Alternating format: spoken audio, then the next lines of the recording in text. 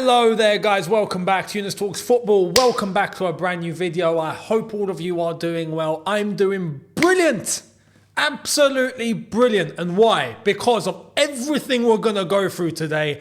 It's like everything's aligned. Everything's aligned. Everything's just falling into place magically. Amazing. Amazing. The force is at B and what can happen in this glorious earth.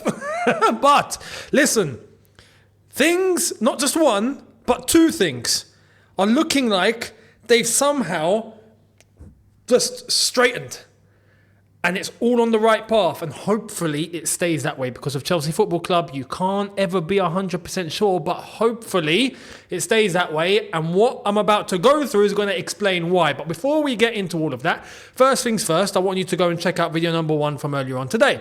That is my Euro 2024 predictions, where I go through who I think is going to go far, who I think is going to fall early, who I think is going to win it, and who's going to come close. Let me know your predictions over on that video, and do go and check that out. If you haven't already done so, keep up to date with all the content on here, subscribe and hit the notification bell. Tomorrow there will be a double upload too, so make sure you guys are here for that, and I look forward to it. Now let's get cracking. I'm going to go in chronological order. We're going to start off, this happened a couple of hours ago.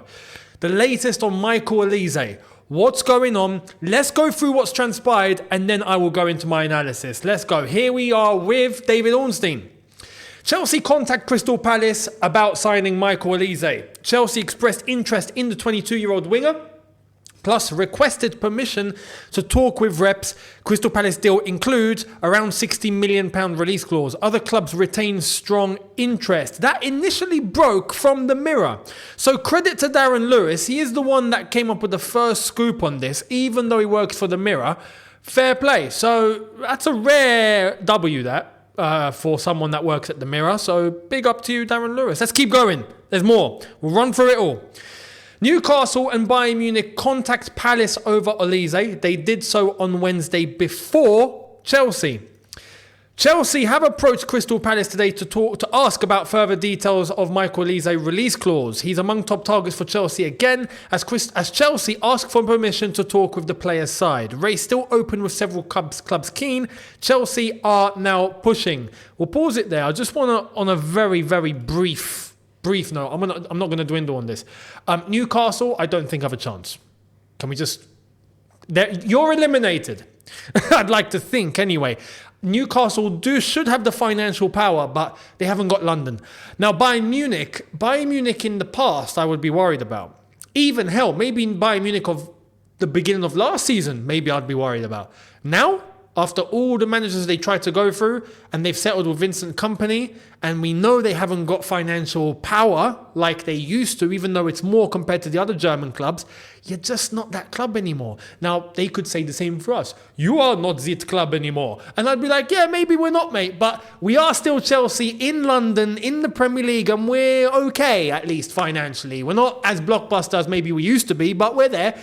You're not. So they don't worry me, if I'm being completely honest, but I will also tell you later on why they don't worry me, because Olise has a preference. So let's keep reading. Chelsea have made a move for Olise. Sources claim that Olise's £60 million release clause may only be able to be triggered by Champions League clubs. That comes from Matt Law.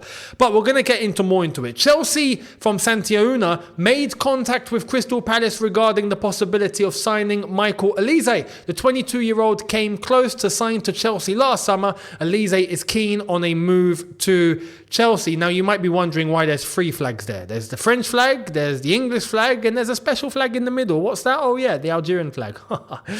Listen, he's not chosen his country yet. If we get Michael Olise, oh my God. Listen, if he decided to play for England, I'd be happy. If he decides to play for Algeria, I'd be ecstatic, because we could do with a player like England have Saka. Yeah, we're good. Olise, he would be taking Mahrez's place, because Mahrez is going to call it a day soon. That would be, oh my God. Anyway, and playing for Chelsea. Anyway, let's keep moving. More from Fabrizio. It's happening. On Fabrizio's post, the secret scout decided to comment on that post saying it's happening. So we've got to pay attention, because the secret scout, when it comes to Chelsea, is reliable. There's more. From Matt Law, Chelsea are willing to offer players in exchange as part of a bid for Michael Olise to try to convince Palace to let one of their star men go. You see, now we're starting to get into the news that has come out in the last few minutes. So this is where I've decided to start recording now, because Matt Law has come out with that. Bear that in mind. Fabrizio's also come out with. Chelsea have started Operation Olise. Goes on to say, Matt Law, Chelsea are confident they will not have to pay more for Michael Olise than the Champions League club after making contact with Crystal Palace over the winger. So it rectifies what he was saying earlier on today. And we go into what Fabrizio has to say now. Chelsea are on a mission to agree personal terms with Olise and for Olise to go to Palace and say, I want to go to Chelsea. On top of this, Sasha Tavriglieri says Michael Olise wants a new challenge and wishes to stay in London. Talks with the player side have already taken place. So that basically goes back to my point from earlier on about Bayern Munich. Sorry, you're based in Munich, you're not based in London. Arsenal, keep yourselves out of this. Here's more. Chelsea are going to go really strong on Olise's side. That is from Fabrizio Romano. So, basically, it's all kicked off today in terms of briefings because moves have been made. Chelsea are in touch with Crystal Palace. Chelsea are in touch with Michael Olise. But the most important thing here is to know that we are in touch with Crystal Palace because they've been the hurdle last summer and we are now taking it a lot more cautious this summer and making sure it's going to get over the line. There is a release clause. Now, that doesn't scare me. Some people are going to say, no, but Chelsea are not a Champions League team, so we're going to be behind on... No. You trigger the release clause. Yeah, maybe if you're a Champions League team, but we don't trigger release clauses. We go above release clauses, and that's the right thing to do, because when you go above a release clause, even if it's by 3 to 5 million on top, you can now dictate the payment structure. You can now talk with the club and discuss. Instead of just... Normally what happens, you trigger release clause, boom, you don't need to talk to the club, you go to the player. But the player has a preference. And this is why Crystal Palace have to listen to Chelsea, because Olise has a preference.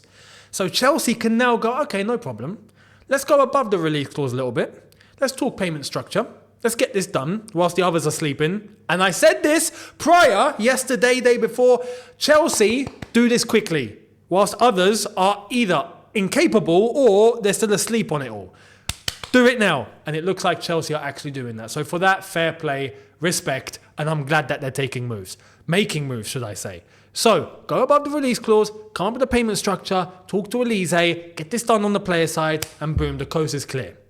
Man United now have their manager situation kind of sorted. Ten Hag is still officially to confirm a contract extension. We'll see when that happens, but it's not done yet. So maybe that's what's holding them back a little bit. If not, they would be in too. But again, they're not based in London. Depends. If Olise is really wanting to stay in London, then there's only one winner here. Of course. Arsenal stay out of this. So basically, and they got Saka, so yeah, it's fine. Basically, this is looking good. This is looking good, and the confidence has gone from here to here after today in relation to Michael Olise.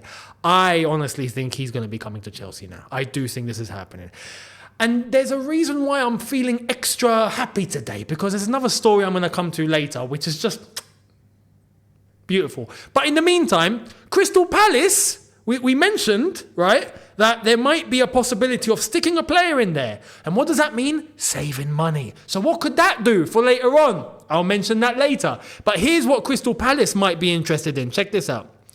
Crystal Palace could inquire about Noni Madueke. This is an interesting one, because this could save us financially on the deal a lot. Right? We could trigger the release clause or go above it, but cash and player.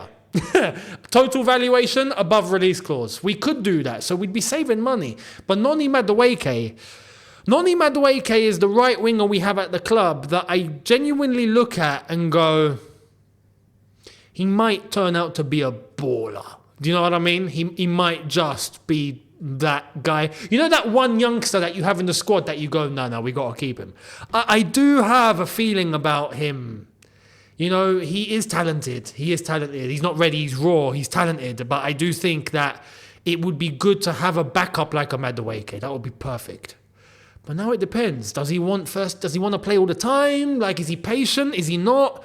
Because let's be honest, it will be Palmer and Olise in terms of the right wing and attacking mid, or one of the 8. So if we're playing a 10, or however it's going to work with Maresca, we don't know. But you could also argue there's not a spot for Madueke. It's a possibility. It depends how we're going to set up. We genuinely don't know what we're going to set up with the options that we have. If we're talking about 10s, we also have to account for Nkunku here. We could be stacked. So the possibility of this deal could be quite high. But in terms of Madueke, seems like there's another team that's in question here and that want him. Check this out. Newcastle have Chelsea's Noni Madueke on their shortlist. I see what you've done there. So if you're going to miss out on Olise, it's cool. You're going to come to us for Madueke. Yeah, not a problem. That's fine. That makes sense. that makes sense. I'm cool with that. Depends how much now. If we can get good money for Madueke, that could relieve us of the Olise deal, and then that money comes into question on a certain position in our team, which I'm about to get into right now, then this is why I've got a smile on my face. Because it would mean that we no longer have to settle for potential, young kid, maybe, talent, ceiling high. Like, I've had enough of these terms. What do I mean? Here's what Fabrizio had to say tonight on Jhon Duran. Breaking! From what I'm hearing, the Duran deal will only happen if players or a player is involved in the deal. Okay. And we have to clarify one thing as well, because Fabrizio did confirm it won't be one specific guy. Who is it? This guy. Gallagher is not involved in this deal. Another Chelsea player has to be involved. Okay. If we can save money, yeah, because my problem with Jhon Duran is not having him in the squad. I'm cool with having him in the squad as a third option, not a problem. As one of the if he competes with Jackson to compete with the number 1 striker, I'm all for that. I'm all for that, yeah. But I don't want to splash 40 to flipping 45 million on him. That's just stupid. If it means that we can send a player over to Aston Villa now and have to pay peanuts, if that, because the problem here is Aston Villa apparently want to double their money.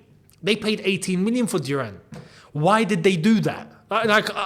Why did you pay 18 million for him in the first place? That's what I want to know. Because now they're in a situation where we're like, oh yeah, no, he played a few games and now he scored a couple of goals and now we're going to double his value. It doesn't make sense. But I can get why Aston Villa are doing that, because they want to make money, right? But Chelsea splashing 40 million here on him is crazy.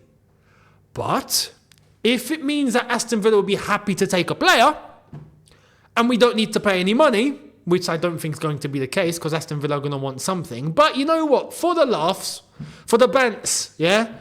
Okay, cool. Here's the offer. Take David Datro Fofana and take 5 million. There you go. That's the max that I will give you. And we get Jhon Duran, I would be cool with that. I would actually be cool with that. Because like I said, I don't think Jhon Duran's rubbish. I think he's got a bit of a mentality problem. I think he needs to grow up. I think Unai Emery is correct on that level. But I think that there is a player there. But not for that money. But if we give them Datro Fofana, who we've just forgotten about and we pretend it doesn't even exist, right? We shouldn't even be, look, logically, we shouldn't even be going for Jhon Duran. We've got Datro Fofana. I don't get it. But anyway, cool. Have Datro Fofana and have 5 mil to leave us alone. You know, have that and give us Jhon Duran. Then I would be cool with that. And then, if we were to give, for example, Madueke as part of the deal for Olise with a little bit of cash, right? What does that do? It leaves a nice chunk of money there that we can go and use for a proper striker. Get me a flipping striker. Go and get Alvarez. Can we please go and get Alvarez? We understand Osimhen is too much money. If that, yeah? We understand that Sesko has already signed a new deal. He's not going anywhere. We understand Gyökeres is not going anywhere. Okay, go and flipping get me Alvarez. And can we... Well, Alvarez, yeah? not Alvarez. I know I've said Alvarez. That's just the English in me coming out. I should probably shift over to my Algerian side. Alvarez. You know, maybe that would make more sense. So go and get Alvarez, and we will be sorted. Financially, it would be cool. All the players we'd need will be there. Everyone that's not gonna make it will be gone. We'd be cool. It would all make sense. So that is where I hope things have aligned to, and we are heading in that direction. That's why I started off the video the way I started it off. Now it makes sense to you, right? So hopefully that's all where it's going. Let me know your thoughts down below. And to end, Conor Gallagher has spoken. Just a tip on the iceberg, right? And he said this whilst on duty in a press conference for England. Conor Gallagher on a potential exit from Chelsea says, full focus on the Euros. I couldn't be happier with the position I'm in. It was sad to see Pochettino go. He's done so much for me. But I'm really excited for the new manager coming in and working with him. Conor Gallagher really just said, yeah, and I'm going to do this with a nice Aqua Panna bottle, right? He really just said, I'm not leaving. I'm not leaving. I'm not leaving! He really just said that. He really just said that. He's looking forward to working with Enzo Maresca. Like I said, I wouldn't be against having him. I'd want to keep Gallagher. I think as part of the squad, I think you need a player like Gallagher as part of the squad. Now, Chelsea will have a problem with that because he would generate pure profit. And if he decides to stay, and he does stay, and we don't give him a contract extension, then or new contract, then he would leave for free in the summer. So if he's going to stay this summer, give him a new contract, please. Just give him the new contract that he's waiting for, because we've not done that. And just keep him. End of story. Because I honestly think, even under Enzo Maresca, Gallagher's a sort of player that I think would be utilised as a nice second-half substitute regularly. Even starting games when we are in a packed-out schedule, cup games, Conference League games, he'd be there playing 90 minutes and he would help get us the results. You do need a player to shut games down, you know, if we're protecting a result. Someone like Gallagher comes on and he just runs ragged. You do need that. So I would absolutely still have Conor Gallagher in the squad, without question. Would he suit the way Enzo Maresca wants to play? I don't think that's why he would start games. I think there are other technically gifted footballers that would suit the system better. Hence, I don't think Conor Gallagher would start high key games. But he will play a part. He won't be absent. He will be utilised. He is needed.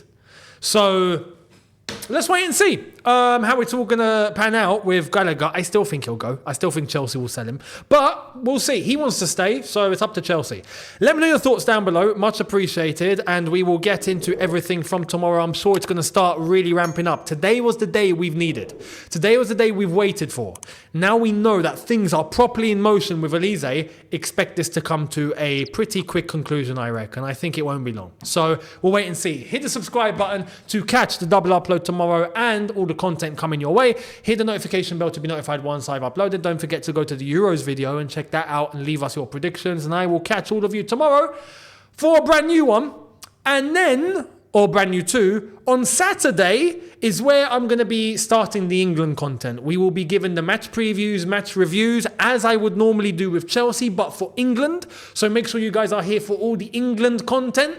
So that's going to replace the Chelsea match day content that I would normally give to you guys. So we'll see how it goes, this competition. And I've seen some suggestions, and I will do it the end of next week, right? Copa America. I will give you my predictions for Copa America and my thoughts on that competition too. So make sure you're here tomorrow. Much appreciated. I'll see all of you then. Look after yourself. See you tomorrow. Take care and peace.